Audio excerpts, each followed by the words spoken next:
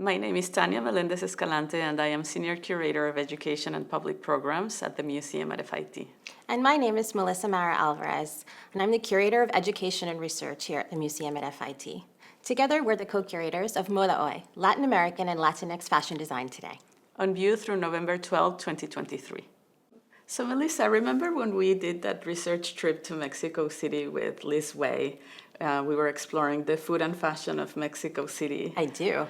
And we had this cab ride where we were all really excited about what we saw, what we ate, and we thought, wouldn't it be fabulous if we had an exhibition on Latinx and Latin American fashion? I do remember that. I feel like we were all kind of giddy and really excited about this trip. We had a couple of days by then of visiting designers, visiting studios, soaking in the culture, the food, which was so delicious. And it was just, in general, like such a fulfilling experience and the designers that we saw, well, just in Mexico alone, were so varied. And yes, I think that was the moment where really the impetus for this, like doing this exhibition now, came about. Yes, and I had been talking both to Valerie and Patricia about like toying with the idea that an exhibition like this might be interesting. Mm-hmm. But I think when we were together there, looking at the work, discussing it in our post meetings after meeting all the designers, was really the catalyst for saying, we really need to do this, and we really need to do this now. Yeah.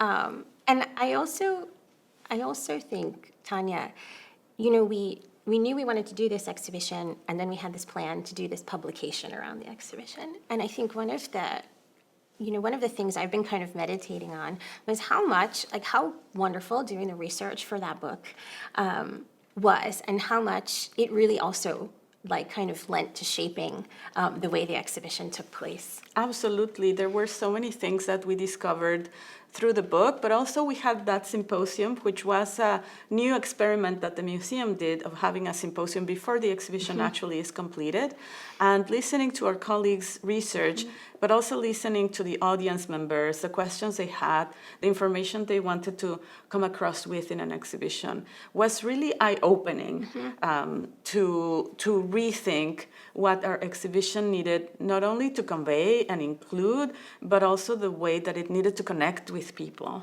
Yes, and that was really, I think, just the first step in kind of getting community feedback, right? And involving our community and their thoughts and their opinions in this exhibition, so that we can kind of get multiple voices, multiple perspectives that we can then show through Moda Hoy when it opened. And it's a way of making the curatorial process a little bit more horizontal, which can be very challenging.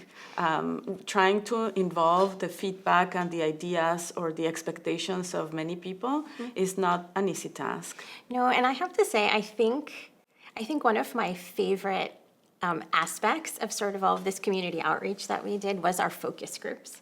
I had so much fun interacting with kind of small groups of constituents and having conversations with them and hearing their feedback. And it really was remarkable how we were able to incorporate some of the comments that we got from the feedback and the reactions when we would show, pictures of garments and see what people thought when they saw them, how we were able to kind of use that to inform the show. Yeah, I mean, when I would look at the work of designers, I feel that a little bit of that feedback was always in the back of my head. Yeah, absolutely. Yeah, would this fulfill their expectations, or would they find interest in this? Like, they were really very much part of our thinking through the curation of the exhibition. And the voices of our advisory committee were actually also really important. They were very helpful in reaching out to certain designers that maybe they knew and we didn't, or they were really supportive and champions of our exhibition, but also they helped us see gaps, information that we were missing or that we needed to explore in more depth. And so I'm very grateful, because I think they made our exhibition so much stronger. Super grateful, and I think every personality that was part of our advisory committee, from Nina Garcia to Ruben DeLeo to Regina Root, Aldo Alrujo, all of them brought sort of a unique perspective and really helped us kind of consider things, whether it was from a PR perspective or from an academic perspective. It was just a lot of fun, but also really educational. Thinking back on the beginning of the exhibition and how we were planning everything out, I think one of the most interesting conversations that we had at the very, very start was around the term Latinx and what we were going to name the show, the book, how people wanted to be, what names they wanted to be identified by: Latino, Latina, Hispanic, Latinx. And so that was really the very beginning of kind of understanding the complexity of this topic as well. Yes, and no, well, you have this whole use of the language, right? There's these categories that exist in the United States to refer to people of Latin American heritage that are very, very exclusive to this country.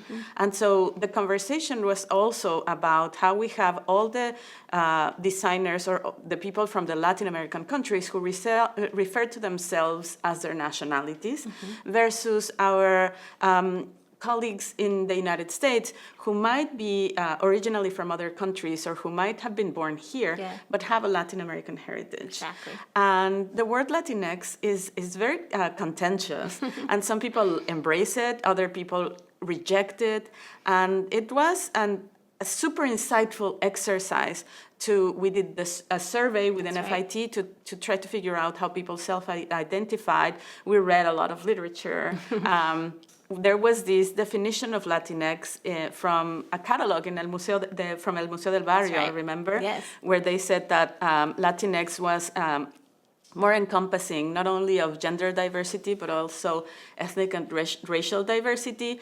And we felt really strongly that aligned with our vision within the museum at FIT, right? Where we want to embrace diversity and different, life experiences within our museum. And so in that respect, we felt that, and with the feedback from the survey, where people had no issue. I mean, some had issue. Well, everybody had a preference, but then at the end of the day, everybody said that they didn't, while they might have preferred one term over another, they didn't matter. They were okay with being called any of those terms. The above. And so we were like, well, this is the most inclusive of difference term, and so that's how we selected Latinx. Right. And the other thing that struck me, I think, when we were doing that survey also was just this idea of how people identify and how personal that is, right? And there may never be one term that everybody is going to be happy with, but you can try as best you can to find a term that includes or that is the most inclusive.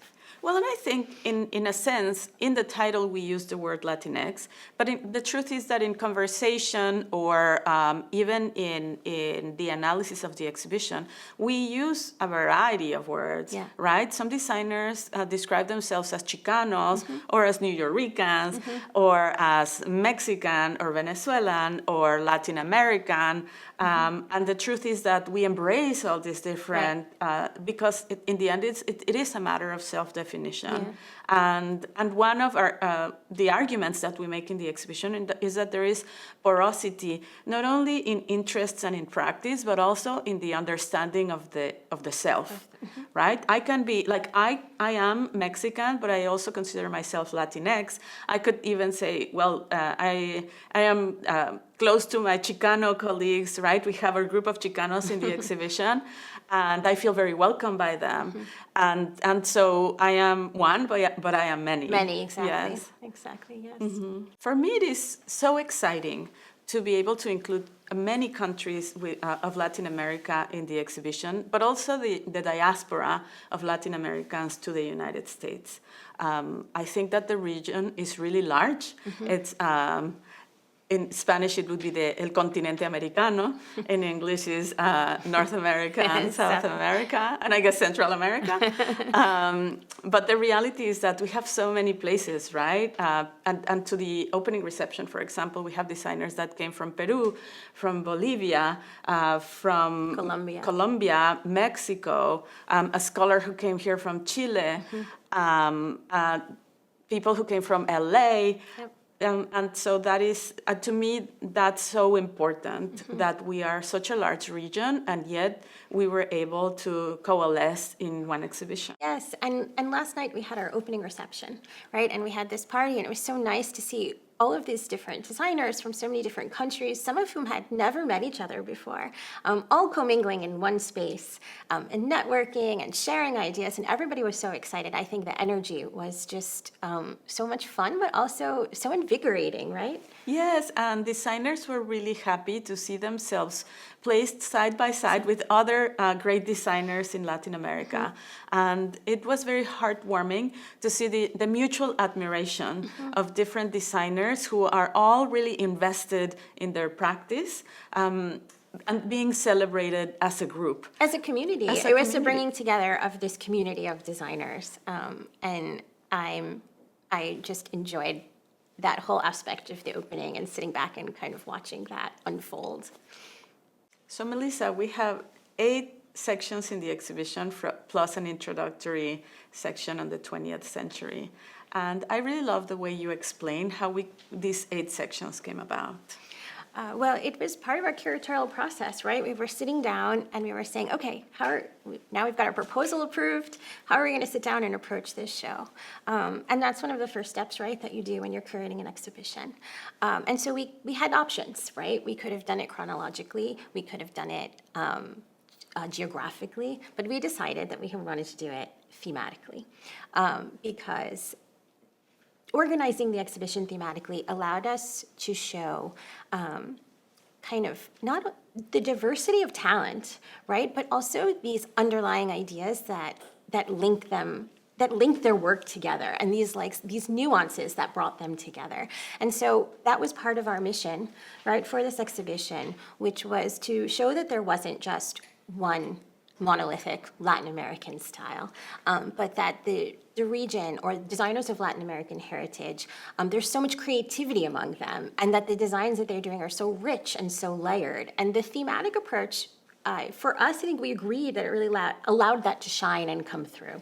I totally agree. And I think when we were thinking of where to place each section in the exhibition, another thing that we discovered is that there's a lot of connection between different sections of the exhibition, right? Many themes or many ideas that are floating in the work of designers a designer could fit in multiple sections, and a garment by a designer could be read from different lenses. And so, for example, we had indigenous heritage and popular culture, one across from each other, and they could seem in theory so different, but they are both about identity.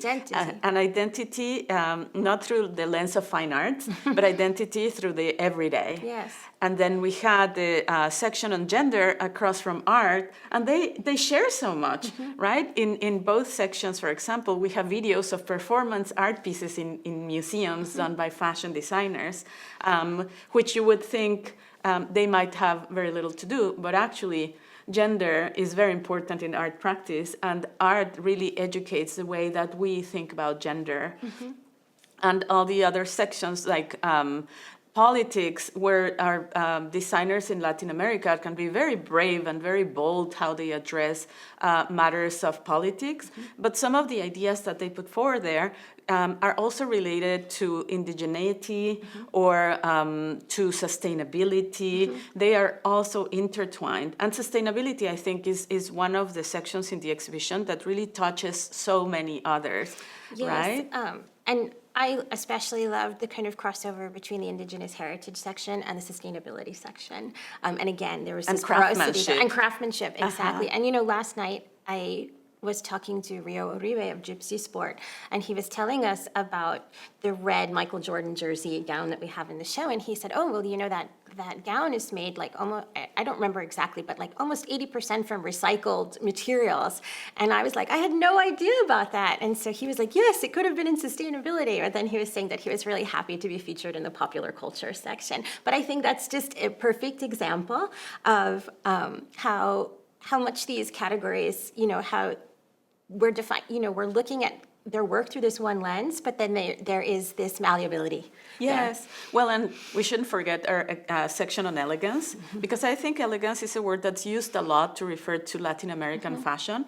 But I think that Latin American designers are very cheeky about their use of the word elegance. And so what we tried to do was really tap into these very different ways of approaching the idea of elegance, and how for some it's something to be celebrated, and for others it's something to be discussed and maybe criticized or be critical of, and present new ways in which elegance can be understood. Yes, and I guess that also makes me think of the craftsmanship section, which wasn't initially when we had initially thought of our themes, it wasn't in our first round of themes. And then as we were kind of teasing out these ideas and we were looking at designers' work, we were listening to different speakers talk about Latin American fashion, this idea of craftsmanship kept coming up. And, it was there in sustainability, in elegance, in indigenous heritage, but we didn't have a single section about that. And then we said, no, let's stop, let's pull this out and make this its own part of the exhibition. And so that was a little bit of sort of how everything unfolded, right? Yeah, well, I think for Latin Americans, our craft heritage is very important. And there's always this conversation about how we really should value it the way that the French value couture. And that's part of what we are doing in the exhibition. We are reminding everyone the extraordinary and exquisite work that comes from the hands of artisans in Latin America. Yes, that is the equivalent of the labor and the skill and the time that would be a couture piece. It is couture. It is couture in its own right. So Tanya, I have to say I'm very excited for our day today, in which we will have the opportunity to talk in person with a number of designers who are featured in the exhibition, some of them who traveled here from different parts of South America for the opening, and so we're going to get this opportunity to talk to them about their work, their process, their ideas about fashion, and so I'm really looking forward to that.